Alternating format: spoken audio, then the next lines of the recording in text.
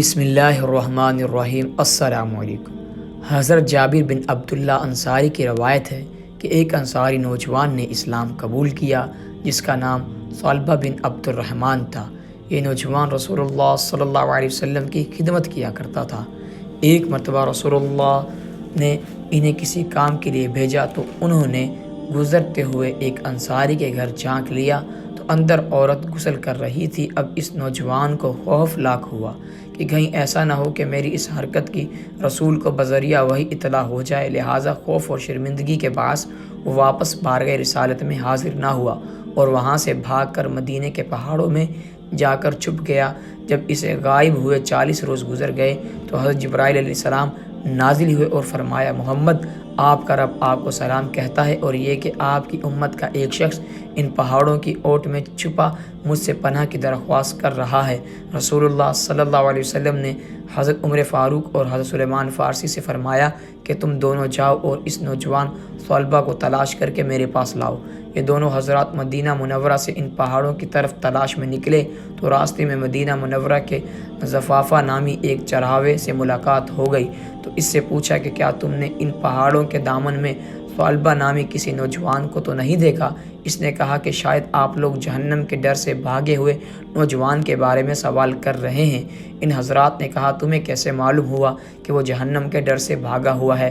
چرواہے نے کہا، وہ اس لیے کہ جب آدھی رات گزرتی ہے تو وہ اپنی پیشانی پر ہاتھ رکھے پہاڑوں کے دامن سے نمودار ہو کر اس طرح صدا لگاتا ہے، اے کاش تو میری روح کو بھی روحوں میں قبض کر لیتا اور جسم کو جسموں میں اور مجھے فیصلے کے دن کے لیے مؤخر نہ رکھتا۔ عمر نے فرمایا کہ ہاں، ہم اسی نوجوان کی تلاش میں ہیں۔ تو چرواہا انہیں پہاڑوں کی طرف لے کر چلا یہاں تک کہ جب آدھی رات کا وقت ہوا تو وہ نوجوان حسب معمول اپنی پیشانی پر ہاتھ رکھے نمودار ہوا اور وہی الفاظ دہرائے کہ اے کاش تو میری روح کو بھی روحوں میں قبض کر لیتا۔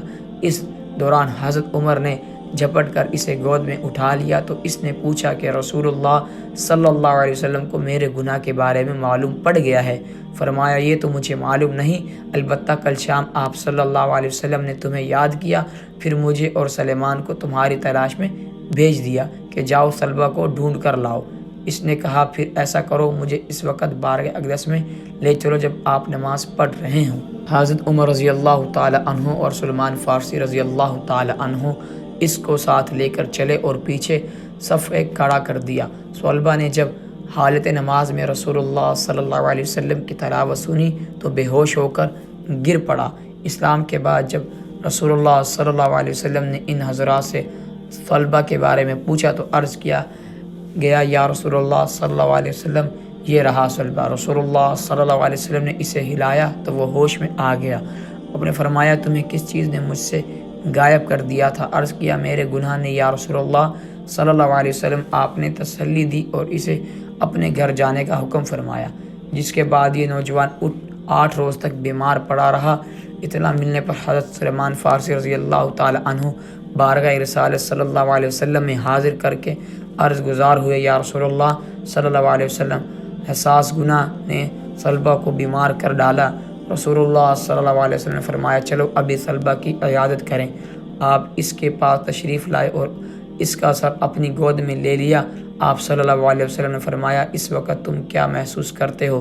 اس نے فرمایا، یا رسول اللہ صلی اللہ علیہ وسلم، مجھے ایسا محسوس ہوتا ہے کہ میرے جسم کے گوشت، میری کھال اور میری ہڈیوں کو چونٹیاں سی کاٹ رہی ہیں۔ آپ نے فرمایا، یا کوئی خواہش ہو تو بتاؤ۔ عرض کیا، یا رسول اللہ، میرے رب کی طرف سے مغفرت کا پروانہ اور بس۔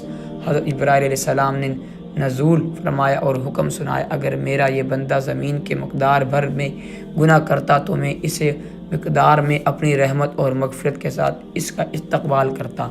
جب رسول صلی اللہ علیہ وسلم نے ثعلبہ کو اللہ کا یہ پیغام دیا تو اس نے ایک چینخ کے ساتھ جان دے دی۔ رسول اللہ صلی اللہ علیہ وسلم نے ثعلبہ کی تہجید و تکفین کا حکم فرمایا اور نماز جنازہ کے بعد اسے لے کر نکلے۔ ہم نے دیکھا کہ رسول چلتے ہوئے انتہائی احتیاط کے ساتھ پورا پاؤں زمین پر رکھنے کے بجائے پنجوں کے بل چل رہے تھے۔ تدفین کے بعد رسول اللہ صلی اللہ علیہ وسلم سے اس کی وجہ پوچھی گئی تو آپ نے فرمایا، قسم ہے اس ذات کی جس نے مجھے سچا نبی بنا کر بھیجا، وجہ یہ تھی کہ ثعلبہ کے جنازے کے ساتھ چلنے کے لیے مان سے اس قدر فرشتے نازل ہوئے کہ زمین پر پاؤں رکھنا مشکل تھا۔